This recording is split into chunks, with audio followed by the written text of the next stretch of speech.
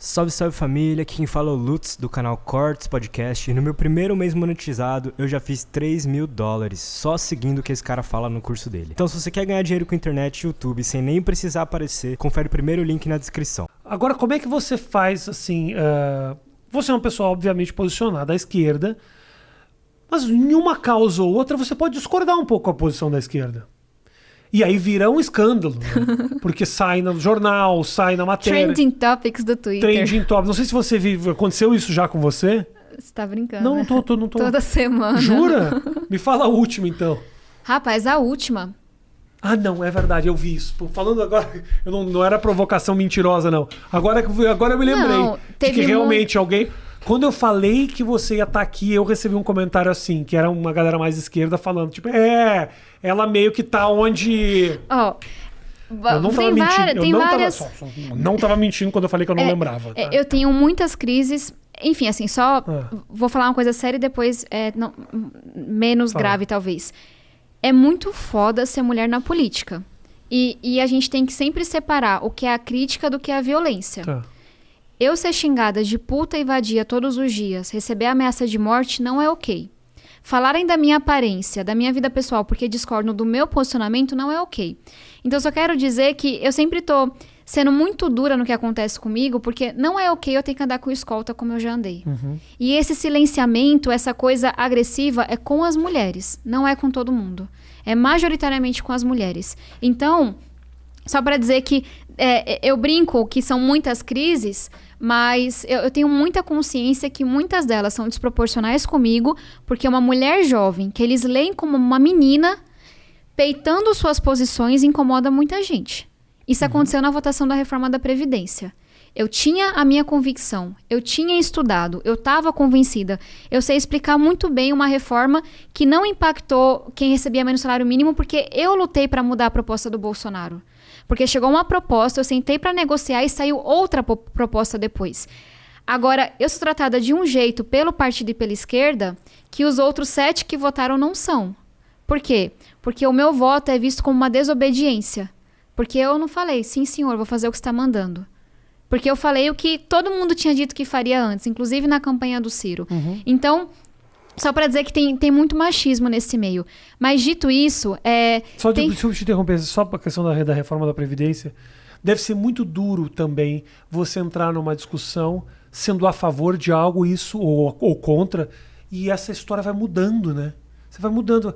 Eu sou a favor dessa reforma da Previdência. Não, mas aí tem aqui, se a gente fizer dessa forma, se mudar isso, se mudar aquilo, se mudar aquilo. Aí você fica taxada como uma pessoa que foi a favor de uma mudança que se transformou.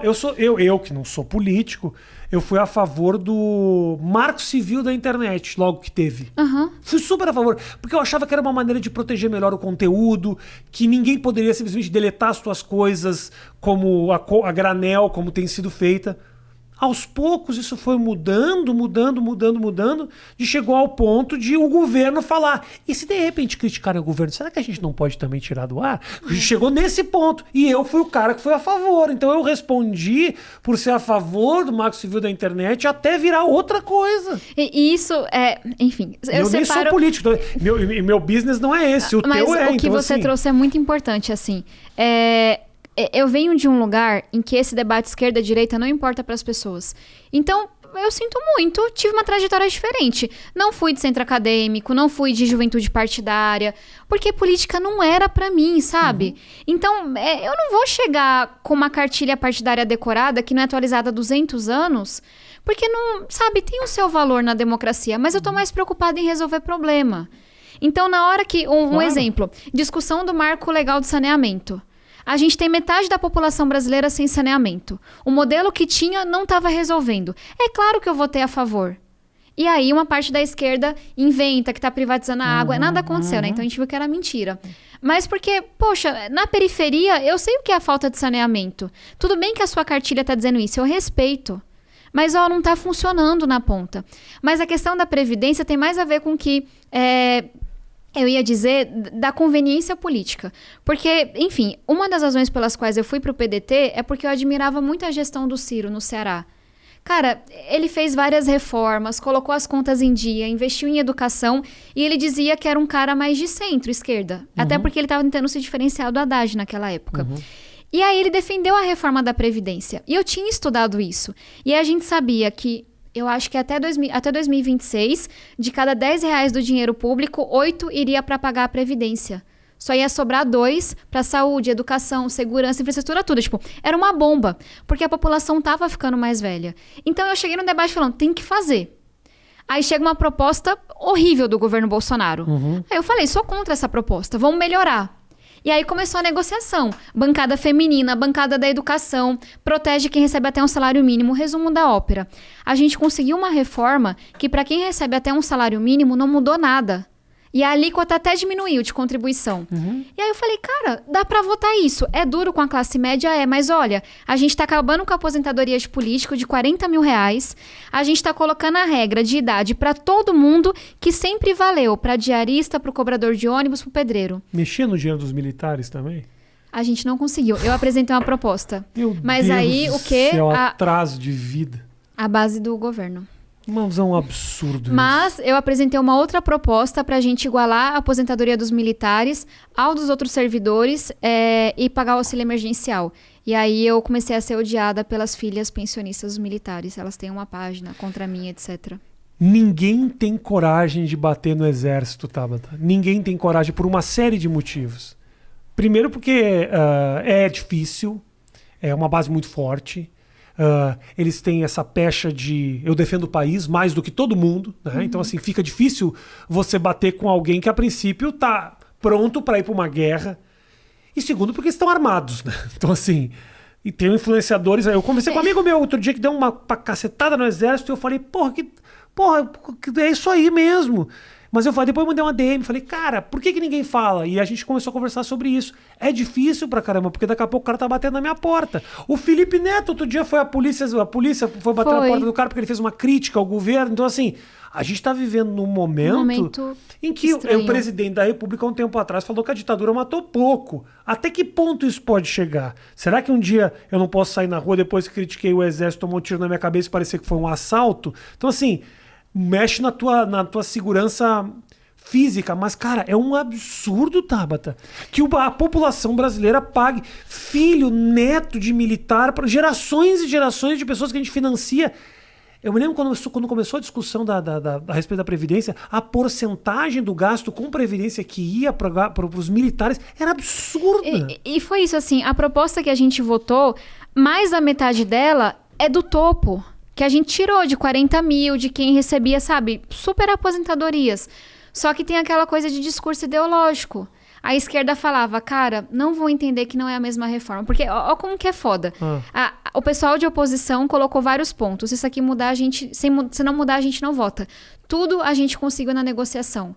Mas é o que eles falaram, é discurso, é narrativa. E aí já vamos pensar na eleição. Aí na época, o Lula tava na prisão. Ciro queria ir pra esquerda. Não dá pra votar.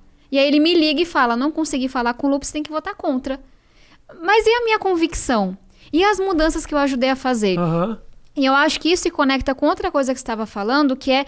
E você acabou votando como? E aí eu votei a favor da reforma que a gente tinha feito no Congresso. Tá bom. E aí 1/3 da bancada votou, mas eu fui chamada de traíra. Foi ameaçada, a confusão toda. Mas hoje eu consegui dar justiça para sair do PDT. Porque até o Barroso falou, teve violência política de gênero no que fizeram com a Tabata. Colocaram minha vida em risco por um posicionamento político, de narrativa. E você sabe de onde saíram essas ameaças? Tem ideia? Não precisa falar isso. Eu tenho vários processos correndo. Entendi. Então vamos saber um dia. Perfeito. Espero, né? Mas o que eu ia dizer, qual é a minha maior crítica assim, da sociedade brasileira? A gente é muito corporativista. As pessoas não querem abrir mão de seus privilégios e tem muito privilégio no Brasil. E é importante dizer que isso é da esquerda à direita. Tem muito privilégio nos militares? Tem. No alto escalão. Porque a gente também não pode generalizar. Servidor público não é tudo igual. Professor, policial, enfermeiro é mal remunerado. Agora tem gente que já entra ganhando não sei quantos R$1.000. Que sabe, que é progredido sem uma avaliação. Então, a primeira coisa na minha cabeça é não generaliza. O serviço público é um mundo. As Forças Armadas são outro mundo. Agora tem muito privilégio no alto escalão. Hoje, generais que estão no governo estão recebendo super salários que são inconstitucionais, acima de 40 mil reais. E vão dizer que são contra privilégios? Então, tem um problema aí. E eu acho que essa questão da gente ser meio corporativista na esquerda e na direita. Na direita, quem se diz liberal, mas na hora de uma votação na Câmara que vai tirar um subsídio, vai tirar uma coisa do seu setor, é contra. Mas não era liberal? Não era a favor da competição? E gente que é da esquerda e fala, não, sou a favor de trabalhadores, etc. Mas na hora que tem que enfrentar um sindicato do serviço público em prol da população, não enfrenta.